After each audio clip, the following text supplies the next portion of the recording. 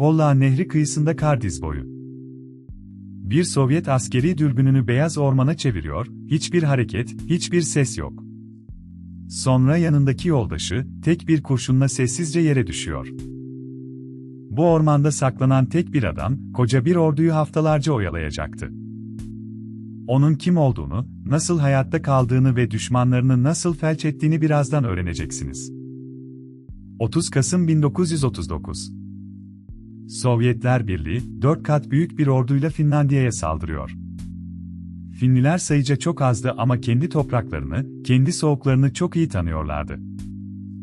Bu topraklardan biri, sıradan bir çiftçiydi. Dsimo Heyhe, boyu 1 metre 61 santim, sessiz ve sakin bir avcı. Kışını ormanlarda geyik izlerken öğrendiği sabır, birazdan bir savaş silahına dönüşecekti. Heyhe, 34. Piyade Alayı'na katılıyor ve Kolla cephesine gönderiliyor. Burası, Finlandiya savunmasının en kritik noktalarından biriydi, askerler arasında bir söz dolaşıyordu, Kolla tutar. Çoğu nişancının aksine teleskopik dürbün kullanmıyordu. Dürbünün camı güneşte parlayabilir, yerini ele verebilirdi. O sıradan demir nişangahla, gözünü hedeften hiç ayırmadan ateş ediyordu. Beyaz kamuflaj giyiyor, saklandığı kar yığınını sertleştiriyordu ki nefesi buhar olup görünmesin diye ağzına kar dolduruyordu. Saatlerce, bazen bütün gün, eksi 40 derecede kıpırdamadan bekliyordu. Günler geçtikçe sayı artıyordu. Sovyet birlikleri, ormandan gelen görünmez bir tehditten söz etmeye başlamıştı.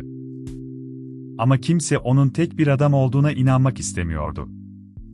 Sovyet askerleri ona bir isim taktı, Belaya Smert, Beyaz Ölüm. Ama ilginç olan şuydu, onu bu kadar tehlikeli yapan şey gelişmiş bir teknoloji değil, sadece sabrı ve arazisini tanımasıydı. Sovyet komutanlığı çaresizdi. Onu susturmak için karşı nişancılar gönderdiler, topçu ateşiyle şüpheli bölgeleri didik didik ettiler. Her seferinde yerini değiştirerek onları boşa çıkardı. Bir keresinde, karşı nişancılardan biri neredeyse onu buldu. Ama Heyhe'nin kar altındaki gizli mevzisi, son ana kadar fark edilmedi, rakibi bir adım geriden geldi. Sadece 100 gün içinde resmi kayıtlara göre, 505 kişiyi etkisiz hale getirdi. Buna, hafif makineli tüfekle vurduğu yüzlerce asker dahil değildi bile. Ama kimse şunu fark etmemişti, Heyhe'yi asıl tehlikeli kılan, sadece nişancılığı değildi. Kendi cephe hattını santim santim ezberlemiş, her ağacı, her kar birikintisini biliyordu. 6 Mart 1940. Savaşın sonuna sadece bir hafta kalmıştı.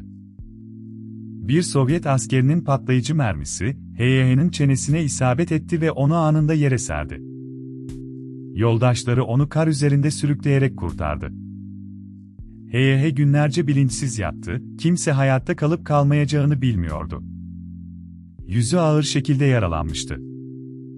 13 Mart 1940, Moskova Barış Antlaşması imzalandı, kış savaşı sona erdi.